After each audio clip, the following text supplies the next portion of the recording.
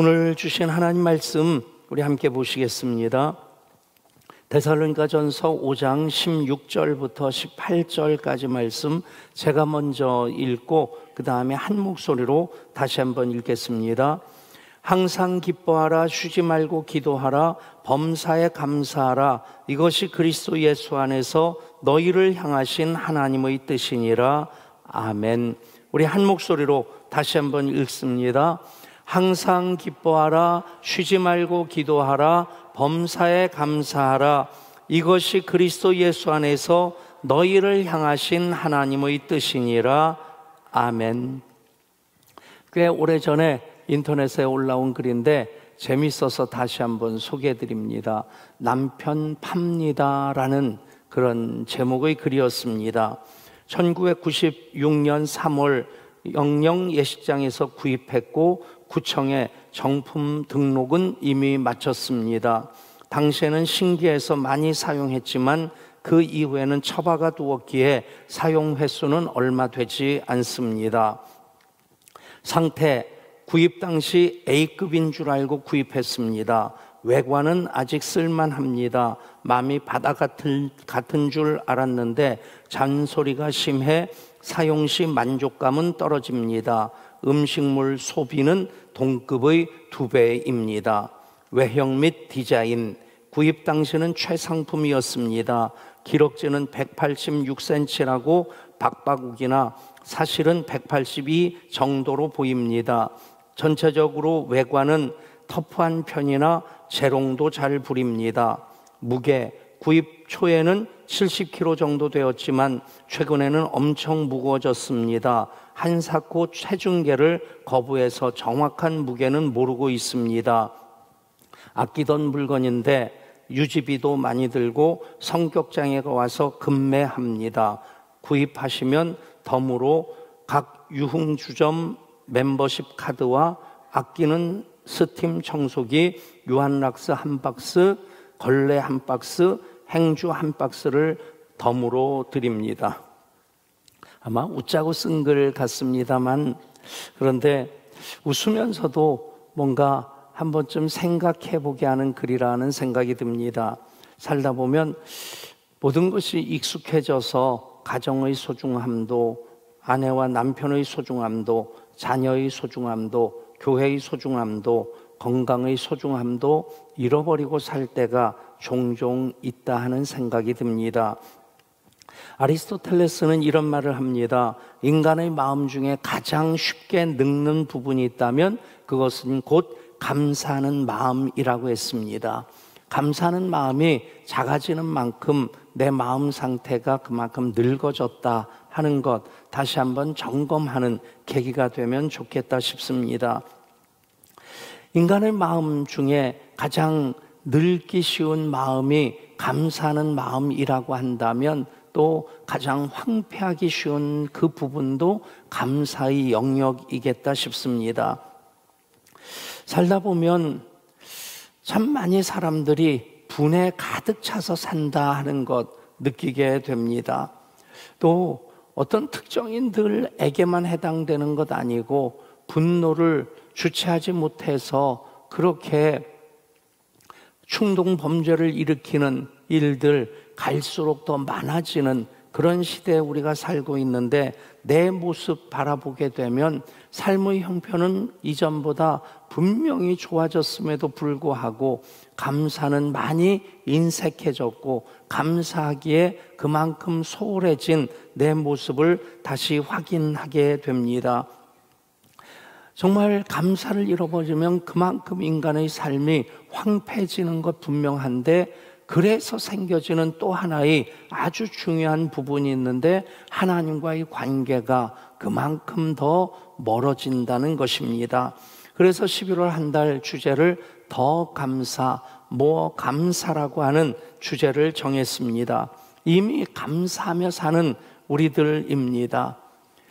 우리가 예향교회입니다 라고 하는 그 인사를 나누는 우리들이기에 우리는 평균적으로 다른 사람들보다 더 많이 감사하며 사는 사람들이고 그렇기 때문에 우리는 감사의 소중함을 이미 알기에 더 감사하고자 하는 마음을 가진 분들입니다. 그래서 더 감사, 모 감사라고 하는 이 주제가 11월 한 달 우리들이 붙잡고 살아갈 때에 감사의 영역이 더 넓어지고 더 깊어지고 또 높아지고 길어지게 될 줄 믿습니다. 감사, 오늘 말씀 하나님의 뜻이라고 그렇게 성경은 우리들에게 알려주고 있습니다. 이것이 그리스도 예수 안에서 너희를 향하신 하나님의 뜻이니라. 하나님의 뜻, 하나님의 강한 의지라고 하는 것입니다. 하나님의 강한 의지로서의 감사, 그것이 어떤 의미인가 생각해 보면 한편으로는 하나님 강한 의지로 우리들에게 주시는 하나님의 명령이라고 하는 의미가 있고, 하나님의 강한 의지로 우리들에게 주시는 명령이기 때문에 그리스도인 하나님의 자녀된 우리 입장에서 보면 그것은 반드시 지켜야 될 그리스도인의 의무라고 하는 것입니다. 하나님의 명령이기에 이것이 너희를 향한 하나님의 뜻이다 라고 말씀합니다. God's will, 하나님의 강한 의지, 하나님의 결코 포기할 수 없는 그 강한 뜻이 거기에 담겨져 있다고 하는 것입니다. 그것을 또 확인할 수 있는 부분이 있는데, 바울 서신을 보면 그리스도 예수, 예수 그리스도라고 하는 표현이 수를 셀 수 없이 많이 나옵니다. 그런데 어떤 부분에서는 예수 그리스도라고 그렇게 주님의 이름을 순서를 그렇게 기록한 곳이 있는가 하면 또 어떤 곳에서는 그리스도 예수라고 표현한 부분들이 있습니다. 한번 성경을 읽으면서 그런 부분이 읽을 때 전체 문맥을 한번 살펴보십시오. 확연하게 구분되어지는데, 예수 그리스도라고 하는 그런 순서로서 예수님의 이름이 기록되어 있다면, 구원자이신 예수님에 대해서 말씀할 때는 예수 그리스도라고 그 순서를 기록합니다. 반면에 그리스도 예수라고 할 때는 주권자이시고 섭리자이신 심판자이신 그 예수님에 대해서 말씀을 기록할 때는 그리스도 예수라고 그렇게 기록한 것을 보게 됩니다. 오늘 말씀에서도 이것이 그리스도 예수 안에서 너희를 향하신 하나님의 뜻이니라. 하나님의 뜻이라고 하는 것도 강조되어지지만 그리스도 예수 안에서 그리스도로서 이 땅에 하나님의 그 섭리를 이루기 위해서 오신 하나님의 섭리자이신 심판자이신 예수님을 강하게 강조하면서 그리스도 예수 안에서라고 하는 그 표현을 쓰고 있습니다. 무슨 뜻입니까? 기뻐하고 쉬지 말고 기도하고 범사에 감사하는 것, 선택사항이 아니라 그리스도인으로서 의무로서 지켜야 될 그 부분이라고 하는 것입니다. 그런데 우리 현실은 범사에 감사하는 것 참 만만치 않습니다. 거의 비현실적으로 느껴지기도 합니다.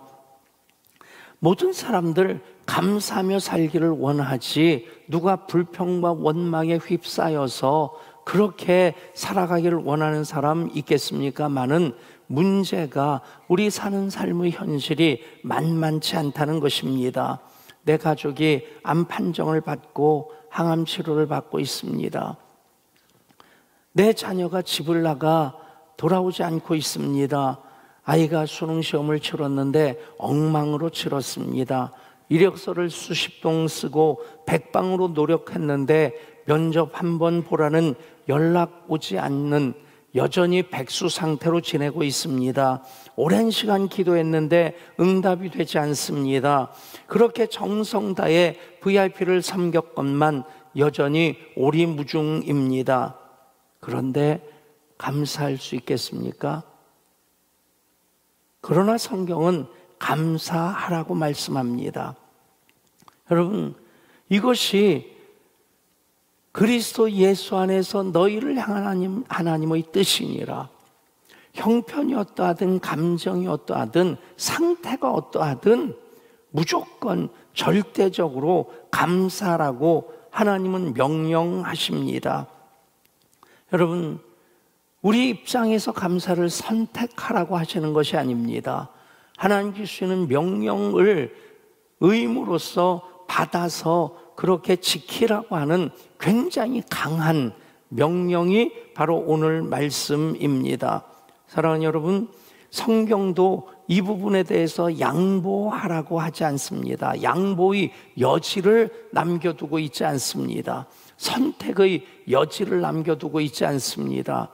그렇게 범사에 감사라는 말씀을 명령으로 받는 우리 모든 예양의 예배자들 될 수 있기를 소원합니다. 그럴 때 우리는 그것을 선택사항으로서가 아니라 그리스도인으로서 하나님의 자녀로서 의무적으로 지켜나갈 마음을 갖게 됩니다. 윌리엄 로우라고 하는 이가 엄숙한 부르심에서 이런 말을 합니다. 세계 최대의 성자는 기도를 많이 한 사람도 아니에요, 금식을 많이 한 사람도 아니에요, 자선을 많이 베푸는 사람도 아니다. 진정으로 위대한 성자는 하나님께 감사하며 사는 사람이다. 자선을 많이 한다든가 금식을 많이 한다든가 기도를 엄청 한다든가 하는 것은 왠지 우리가 부담을 느낄 수 있을 것입니다. 또 그렇게 하는 분들 앞에서 괜히 자기가 작아진다라고 느껴질 수 있을 것입니다. 그런데 정말 진정한 성자는 하나님 앞에 감사하며 사는 사람이다. 여러분, 그 부분에 있어서는 우리가 그렇게 작아질 필요가 없을 것이고 위축될 필요가 없을 것입니다. 그 부분에 있어서 명령으로 주시는 범사에 감사하시는 말씀 그대로 실천하고자 결단할 때 우리는 또 한 번의 감사를 더 할 수 있게 될 줄 믿습니다. 그렇습니다. 범사에 감사하는 것, 하나님의 명령으로 받아 살아가는 우리들에게 감사할 수 있도록 미리 주신 말씀이 무엇입니까? 항상 기뻐하라, 쉬지 말고 기도하라 입니다.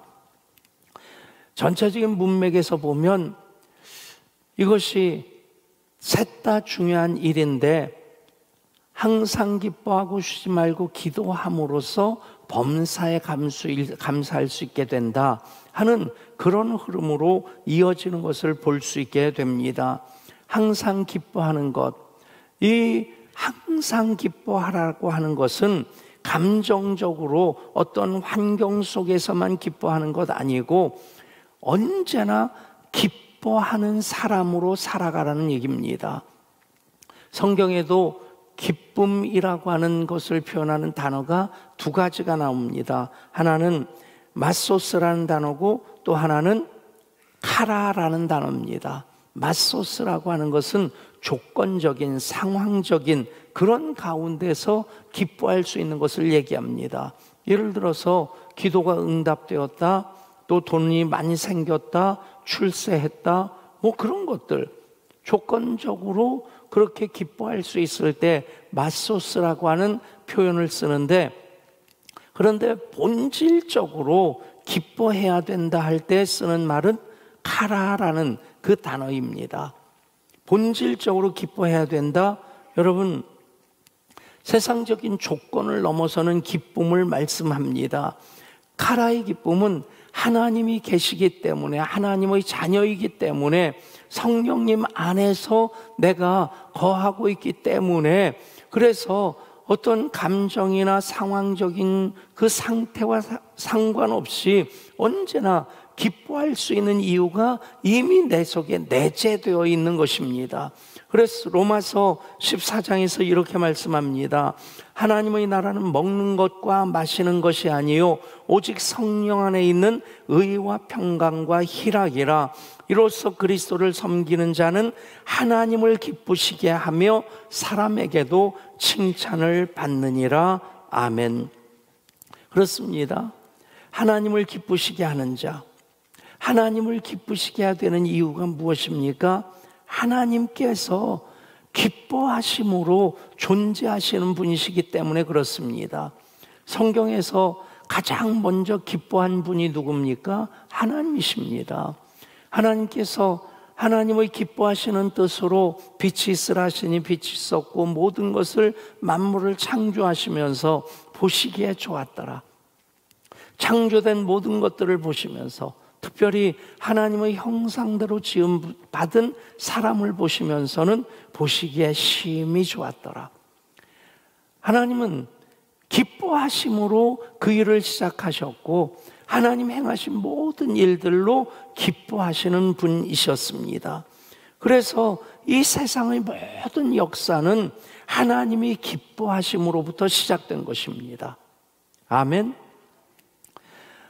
하나님 기뻐하심으로 시작된 이 세상 속에 우리가 살고 있기 때문에 하나님 형상대로 지음받은 우리들을 보시면서 하나님 심히 좋았더라 하셨기에 우리는 당연히 존재론적인 기쁨으로 살아가야 되는 사람들이란 얘기입니다. 여러분, 외양간에 소가 없고 우리의 양이 없고 밭에 소치도 없다 할지라도 우리는 하나님으로 인해서 기뻐할 수 있는 그 기쁨이 우리 속에 내재되어져 있고, 그래서 우리는 상황이나 어떤 조건을 넘어서는 기쁨, 그것이 곧 가라의 기쁨입니다. 여러분, 하나님 기뻐하심으로 모든 것을 창조하셨고 우리를 하나님 형상대로 지으시면서 심히 기뻐하셨습니다. 그 존재론적인 기쁨 소유하고 있을 때 우리는 항상 기뻐하는 것이 비로소 가능해지는 것입니다. 항상 기뻐하는 우리 모든 예양의 예배자 될 수 있기를 축복합니다. 그리고 쉬지 말고 기도하라 말씀하십니다. 이 시대를 일컬어서 소통 부재의 시대라고 얘기를 합니다. 현대사회를 일컫는 가장 특징적인 이 현대사회에 대해서 전국을 찌르는 그런 표현이라 생각합니다. 그런데 소통이 안 된다는 것은 고통으로 이어지게 됩니다. 동의보감에 나오는 말이라고 하는데 이런 얘기가 있습니다. 불통즉사, 통즉생. 통하지 않으면 즉사, 반드시 죽고, 통즉생, 통하면 반드시 산다. 여러분, 모든 삶의 원리에 이것은 적용되어집니다. 내 몸, 피가 통하지 않으면 죽습니다. 숨이 통하지 않으면 죽습니다. 영양이 통하지 않으면 죽습니다. 모든 사람의 관계도 통하지 않으면 그 관계는 깨어집니다. 여러분, 모든 소통해야 되는 것들, 내가 살기 위해서 사람으로 우리가 함께 살기 위해서 이 소통이라는 것은 그렇게 중요한데 커뮤니케이션의 시대라고 하고 인터넷으로 인해서 모든 세계가 하나로 연결되어져 있는데 광케이블로 그렇게 연결되어 있는데 그 대중 속에서 갈수록 사람들은 통하지 않는 것 때문에 고독함을 느낍니다. 여러분, 이런 모든 불통 중에서 가장 심각한 불통이 무엇이겠습니까? 피가 통하는 것도 중요하고 또 숨이 통하는 것도 중요하고 사람들과의 관계가 소통되는 것도 중요한데 가장 중요한 것은 하나님과의 소통입니다. 신앙생활 하면서 우리가 깨닫게 되는 건 무엇입니까?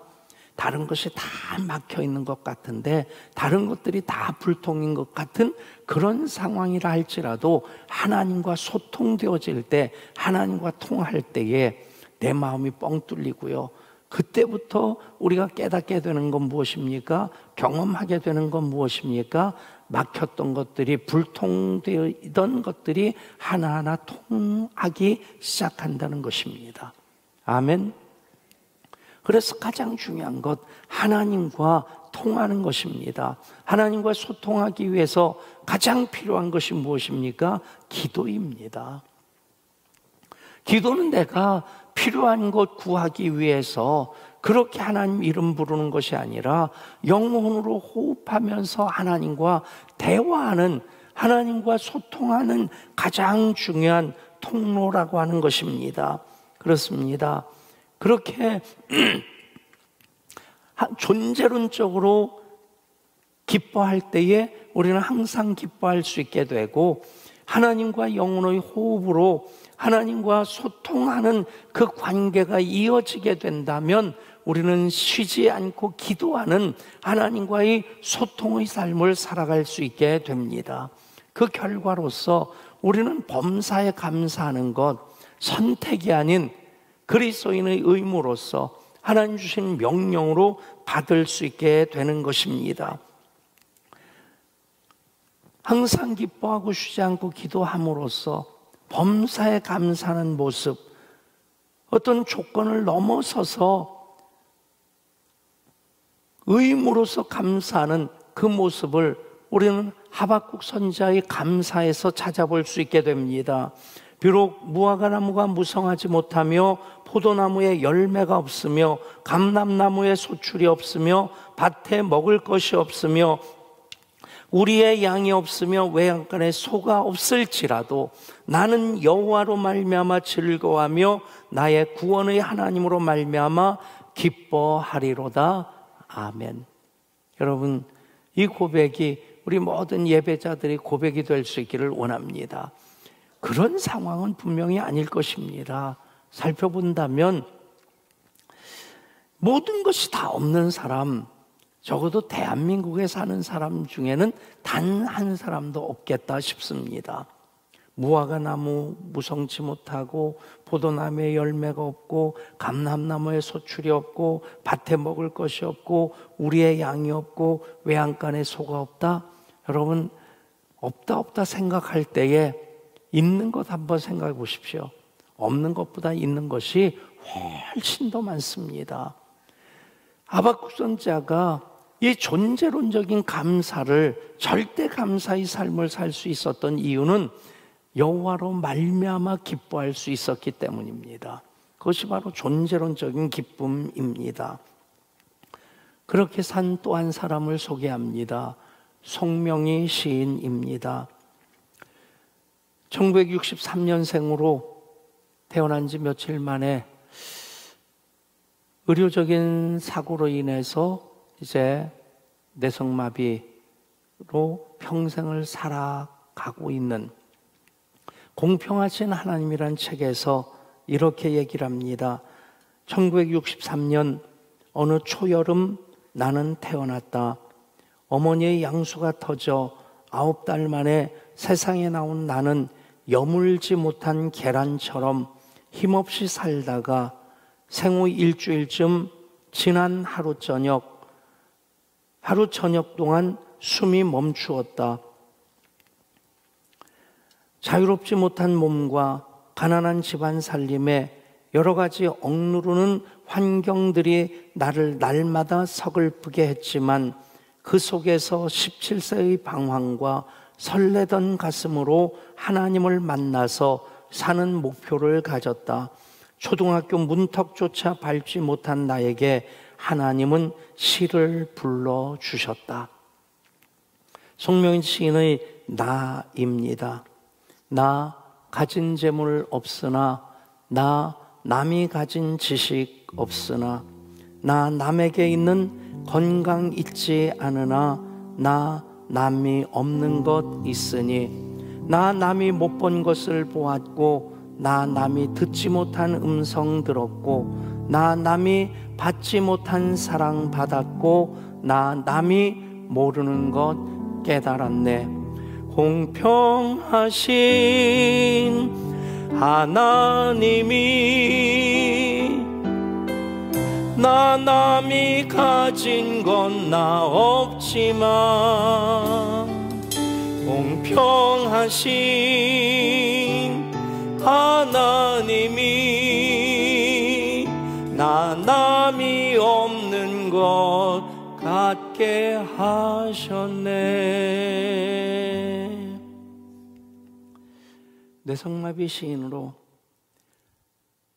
자기 몸 하나 가누는 것도 힘겹고 말 한마디 하려고 하면 몸이 왜들어지고 목에 핏줄이 생겨서 한마디 말 비명처럼 내뱉어야 되는 그런 삶을 살면서 이 시인은 이렇게 고백할 수 있는 것, 항상 기뻐하고 쉬지 말고 기도하고 범사에 감사라는 말씀으로 살았기 때문입니다. 사도 바울 역시도 그가 당한 고난으로 얘기하려면 정말 세상에 더 이상 살기 어려울 만큼 수없는 고난과 환난과 박해가 끊임없이 반복되어졌지만 바울 서신을 보면 그런 가운데서 바울 스스로가 항상 기뻐하고 쉬지 말고 기도하고 범사에 감사했기에 그렇게 너희는 감사하는 자가 되라 거듭거듭해서 말씀하고 있음을 보게 됩니다. 골로새 3장입니다. 그리스도의 평강이 너희 마음을 주장하게 하라. 너희는 평강을 위하여 한 몸으로 부르심을 받았나니 너희는 또한 감사하는 자가 되라. 그리스도의 말씀이 너희 속에 풍성히 거하여 모든 지혜로 피차 가르치며 권면하고 시와 찬송과 신령한 노래를 부르며 감사하는 마음으로 하나님을 찬양하고 또 무엇을 하든지 말에나 일에나 다 주 예수 이름으로 하고 그를 힘입어 하나님 아버지께 감사하라. 아멘. 에베소 5장 4절에서도 말씀합니다. 누추함과 어리석은 말이나 희롱의 말이 마땅치 아니하니 오히려 감사하는 말을 하라. 아멘. 불평하고 원망하고 비판하는 부정적인 말들을 할 일 많을 것입니다. 그런데 그건 마땅치 않다는 겁니다. 그리스도인으로서 어울리지 않는다는 것입니다. 그런 상황이라 할지라도 그런 말이 목구멍까지 찼다 할지라도 꿀꺽 삼키고 오히려 감사의 말을 하라. 당연히 감사의 말을 할 수 있는 그런 상황이 아니란 얘기입니다. 그럴지라도 오히려 감사의 말을 하라. 제 개인적인 간증입니다만 300여 명 출석하던 교회 담임 목사 하다가 그 교회 176명 출석할 때 부임했습니다. 그 교회 참 어려운 상황에서 부흥했고 그 교회 내려놓고 개척을 했을 때 왠지 저 자신이 많이 초라하게 느껴졌습니다. 어느 순간부터 자꾸 비교하게 되고 판단하게 되는 겁니다. 그럴 때 제가 결심한 것이 있습니다. 부정적인 말을 내 입으로 내지 않으리라. 생각으로는 꽉 찼고 목구멍까지는 차올라도 그것을 꿀꺽 삼키는 것, 생각까지 쉽지 않습니다. 어떤 때는 꿀꺽 삼키려고 하면 얼굴이 빨개지는 게 느껴지고요, 등줄기에 땀이 흐르는 게 느껴집니다. 그런데 그런 부정적인 표현들, 부정적인 말들 하지 않고 감사의 고백, 하나님 찬양하는 말, 축복의 말을 많이 하는 것만큼 그만큼 제 그릇이 커졌고 하나님 거기에 은혜를 담아 주셨습니다. 오히려 감사의 말을 하시는 우리 모든 예언가족 될 수 있기를 축복합니다. 생각해 보십시오. 여러분 주위에 불평하고 원망하는 사람이 많습니까? 아니면 감사하고 기뻐하고 축복하는 말을 하는 사람이 많습니까? 굉장히 중요한 것입니다.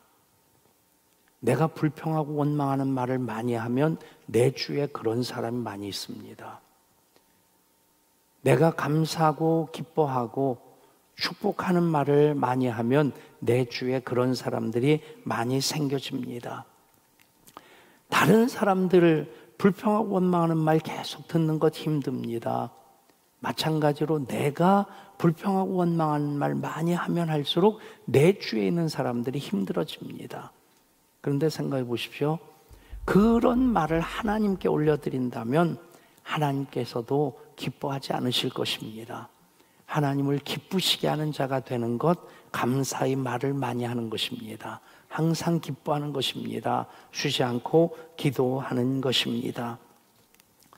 이야기 하나 하고 말씀을 마칩니다.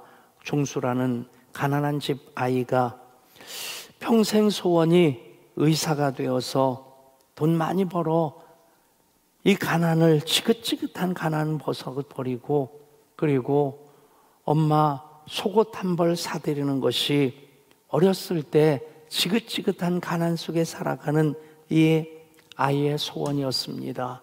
엄마 속옷 하나 사드리고, 그리고 돼지고기 구워서 마음껏 먹고 싶다. 이 아이가 그 꿈을 가지고 열심히 공부했고, 열심히 공부한 끝에 서울대 의대에 합격하게 되었습니다.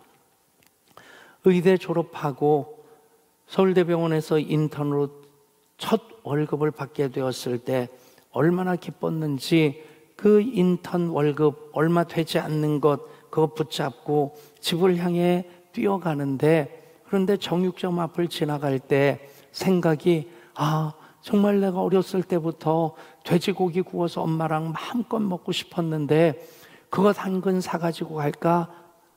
아니지, 첫 월급인데 엄마 손에 그대로 쥐어드려야지. 그 유혹을 뿌리치고 엄마에게 달려갔습니다. 어머니, 첫 월급이에요. 어머니, 저랑 같이 나가요. 어머니 속옷 사드리고 싶었고, 어머니랑 불고기, 돼지 불고기 마음껏 먹고 싶었는데 우리 나가요. 그럴 때 엄마가 그 종수의 첫 월급 봉투를 건네드리는 종수의 손을 꼭 붙잡고 이렇게 말씀합니다. 종수야, 기왕 믿을 바에 잘 믿자. 지금까지 우리가 하나님 은혜로 살아왔는데 앞으로도 하나님 은혜로 살아가야 되지 않겠니? 타협하지 말고 깨끗이 믿자. 깨끗하게 믿자. 이건 내가 받은 첫 월급인데 그대로 하나님께 첫 열매로 올려드리자. 어머니, 11주만 해도 되잖아요. 아니다, 이것은 첫 열매니까 그대로 하나님께 올려드리자. 종수의 손을 붙잡고 어머니는 첫 월급 봉투를 그대로 하나님께 첫 열매로 드립니다. 그리고 보름쯤 지났을 때 의대 학장이 종수를 부릅니다. 전국 의사고시에서 전국 1위를 했다고 상금을 주는데 인턴 첫 월급보다 2배나 받았다는 겁니다. 얼마나 종수가 기뻐했겠습니까? 하나님께 첫 월급을 첫 열매로 그대로 드렸을 때 이런 상을 주시는구나. 이제는 엄마 속옷도 사드릴 수 있겠고 또 불고기도 마음껏 구워 먹을 수 있겠구나 해서 뛰어갔다는 겁니다. 그래서 엄마 손에 그것을 쥐어드리면서 엄마, 이제는 백화점 가요. 고기 마음껏 먹을 수 있어요. 그런데 또 엄마가 그 손을 꼭 붙잡고 이렇게 얘기하더라는 거죠. 종수야, 너 상금 타본 적 있니? 아니요, 첫 상급인데요. 그러면 이것도 첫 열매로 하나님께 드리자. 주일날까지 기다리다가는 혹시 내 마음이 변할지 모르고 나도 마음이 흔들릴지 모르니 내일 새벽 기도 가서 우리 첫 상금을 첫 열매로 올려드리자. 여러분, 그 종수가 새겨지는 암학자로 하나님께 영광을 올려드리는 원종수 권사입니다. 여러분, 감사의 크기가 내 신앙의 크기입니다. 열심히 믿는 것, 열심히 기도하는 것보다 더 중요한 것이 얼마나 하나님께 큰 감사를 올려드리느냐. 독일의 우화입니다. 임금이 한 신하에게 이 나라의 모든 잡초의 종류를 다 파악해서 그것을 수집해오라고 명령했습니다. 그리고 또 한 신하를 불렀습니다. 그리고 이 나라의 그 신하에게는 이 나라에 있는 모든 종류의 꽃들을 다 조사하고 될 수 있는 대로 많이 수집해오라고. 1년이 지나서 두 신하가, 한 신하는 잡초를 살펴보고 그리고 수집해온 신하였습니다. 한 신하는 꽃을 살펴보고 꽃을 수집해온 신하였습니다. 보고가 무엇이겠습니까? 임금님, 우리나라는 온통 잡초투성입니다. 무슨 잡초가 그렇게 많은지 모르겠습니다. 또 한 사람은, 임금님, 우리나라는 온통 꽃투성입니다. 꽃이 얼마나 많은지 모르겠습니다. 여러분 시선은 잡초에 있습니까? 꽃에 있습니까? 감옥과 수도원의 환경으로는 여러 가지가 비슷하다고 합니다. 갇혀있고 자유롭지 못합니다. 그런데 결정적인 차이가 있는데, 감옥에서는 불평으로 하루를 시작하고 수도원에서는 감사로 하루를 시작한다는 것입니다. 바꿔 말하면 이런 얘기가 됩니다. 우리가 사는 세상, 내가 감사하면서 하루를 시작하면 수도원으로서, 교회로서 세상을 만들어갈 수 있게 될 것이고, 내가 불평하고 원망하면서 시작한다면 우리는 이 세상, 아무리 아름다운 세상이라 할지라도 감옥에 갇혀 있는 것처럼 살아갈 수 있게 될 것입니다. 그렇습니다. 감사하면 지옥 같은 환경도 천국으로 바뀌어집니다. 감사를 잃어버리면 천국 같은 환경도 지옥이 되어버립니다. 그 책임은 우리들에게 있습니다. 얼마큼 감사하느냐? 여러분, 환경을 넘어서는 감사, 조건을 넘어서는 감사, 그것이 바로 범사에 감사하시는 하나님의 명령입니다. 그 명령을 지켜 행할 수 있기 위해서 우리는 존재론적인 기쁨을 소유한 자로 살고 있는 이들이고, 기도함으로 하나님과 소통하는, 하나님과의 관계 속에서 사는 이들입니다.